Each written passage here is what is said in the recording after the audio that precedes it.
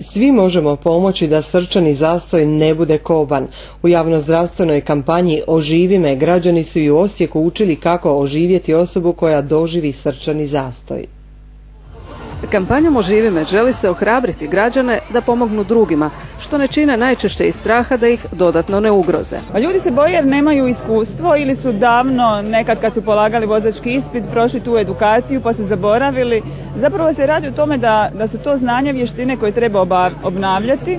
Znanje su obnovili brojni Osječani i kažu pomoći nije teško, iako je uz volju potrebna i snaga. Pritisak treba biti dosta jak, kažu 5 do 6 cm pritisni duboko u prsa, pa ipak je to, ali s položajem tijela, ako se dobro namjestiš, znači oslonac na koljena i laktovi ravno, onda pritičeš svom težinom, tako da eto, ajde, i nije tako teško.